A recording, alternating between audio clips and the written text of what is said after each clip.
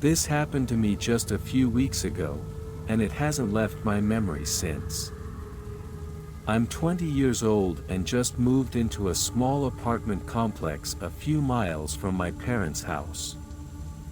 Having never lived alone before, this whole situation was pretty new to me. The complex was 3 stories tall and had 6 apartments in total. The only available unit was on the top floor, so that's the one I had to go with. After moving everything in, I finally had a chance to relax before bed. It was around 10 p.m., but I still needed to set up my bed and eat dinner. The only thing I had to eat was ramen, so I started the stove and put a pot of water on to boil. As I waited, I heard the floor creak softly in front of my apartment. I wasn't sure if it was just the complex making noises or if someone was actually at my door. Either way, I figured I should check just in case. I opened the door slowly and said, "Hello," softly. An older man was standing a few feet from my door with his back facing me. I assumed he lived in the neighboring apartment, as the door directly in front of mine was where he was facing. After a few seconds, he turned slightly and said, "Sorry," then began to walk down the stairs. Feeling a bit uneasy, I closed the door and checked on the pot of water. My discomfort grew because he didn't go into the neighboring room. There would be no reason for anyone to come up to the top floor unless they lived there. I finished making the ramen and tried not to dwell on it too much. I was excited to finally have my own place and live alone for once. This was a big accomplishment for me, and I didn't want to be creeped out on my first night. I finished setting up my bed, turned off all the lights, and stayed up on my phone for a little while before eventually dozing off. I think I fell asleep around 11 or 12, but I'm not sure. However, I distinctly remember the clock reading 1:29 when I woke up to the sound of soft shuffling from the room below mine. I lay there, waiting to hear more. After about 5 minutes, I heard the floor creak outside my room again. Panic set in as I tried to remember if I had locked the door after opening it earlier that night. In the silence, I heard the subtle clicking sound of the doorknob trying to turn. It was locked. After a few seconds, I heard the neighbor's door open and shut.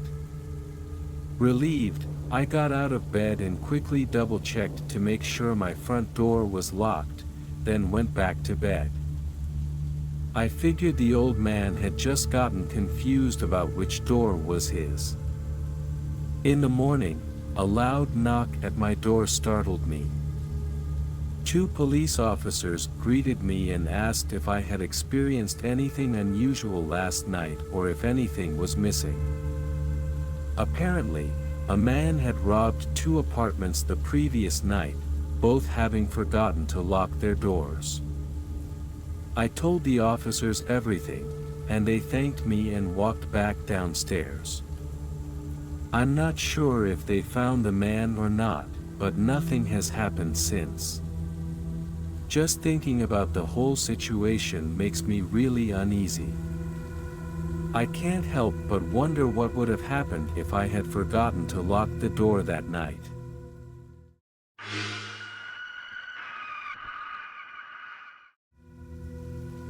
When I was around 10 or 11 years old, my house was at the end of a quiet neighborhood road that bordered a large forest.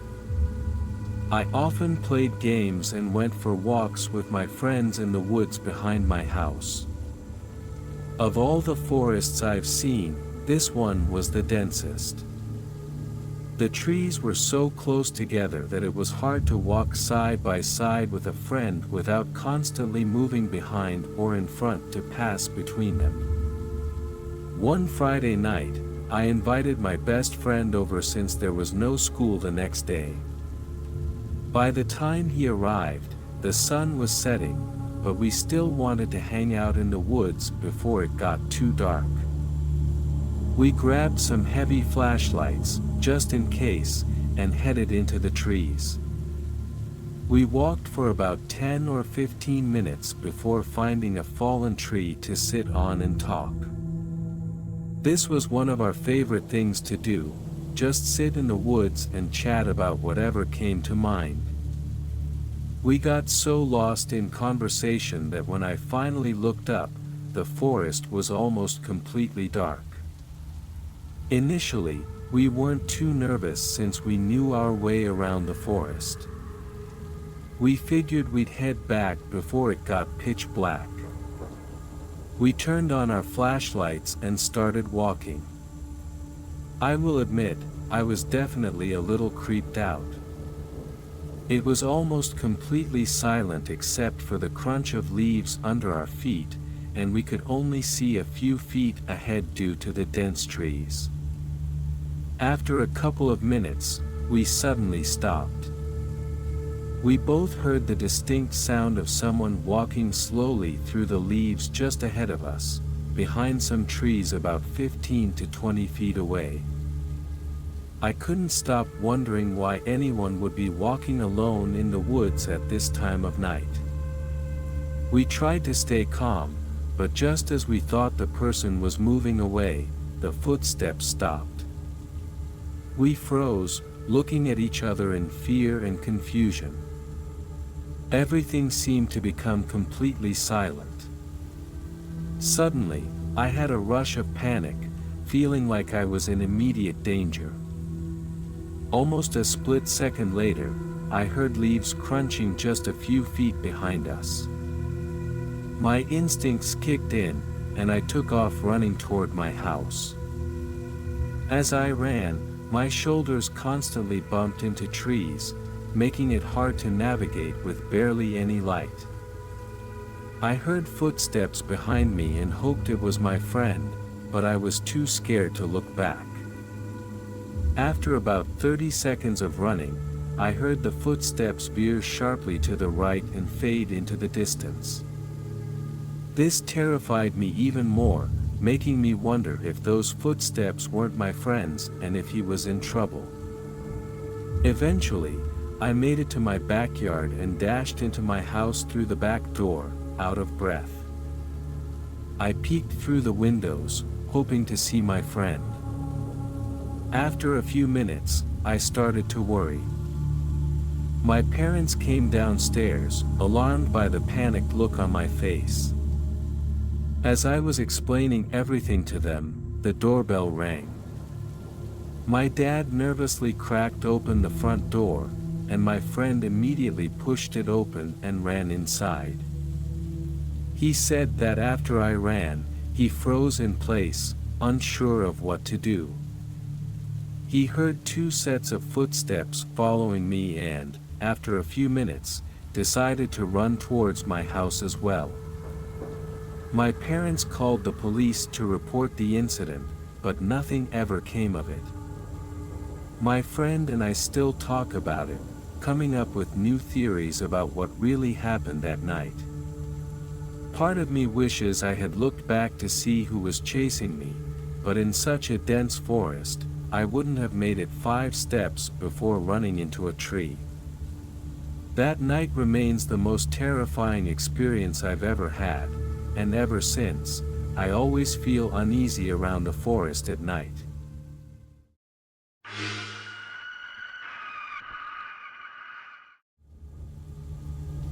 It was a Saturday night, and my friends and I were getting ready to see the opening act at a local bar's music night. We lost track of time and realized we needed to leave immediately so we wouldn't miss it.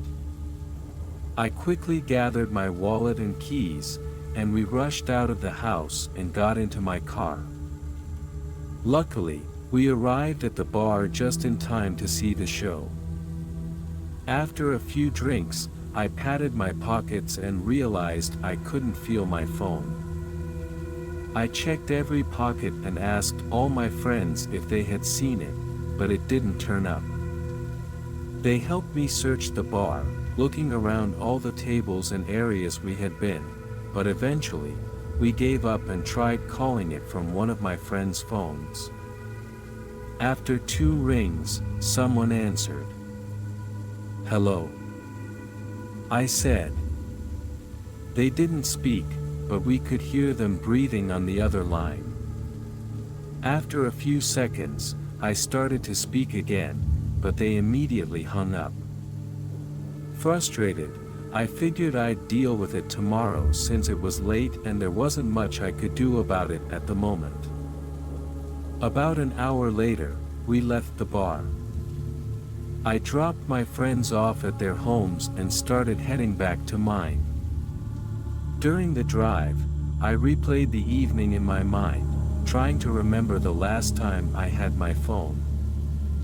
As I pulled into the driveway, I concluded that the last time I remembered having my phone was when it was on the bed while I was getting ready to leave. The more I thought about it, the more creeped out I became as I got out of my car. I went to the front door, unlocked it, and walked inside cautiously. I slowly made my way to the bedroom and turned on the lights. Sure enough, my phone was sitting right there on the bed where I had left it. I searched the whole house for any trace of someone having been there but found nothing at all. That night, I had trouble sleeping as every little noise made me uneasy. I told my friends about it the next day, and they all agreed it was creepy. We also agreed that calling the cops probably wouldn't lead to anything, so we decided to leave it at that. Nothing else ever happened in the following years, but it still keeps me up sometimes, thinking about what really happened with my phone that night.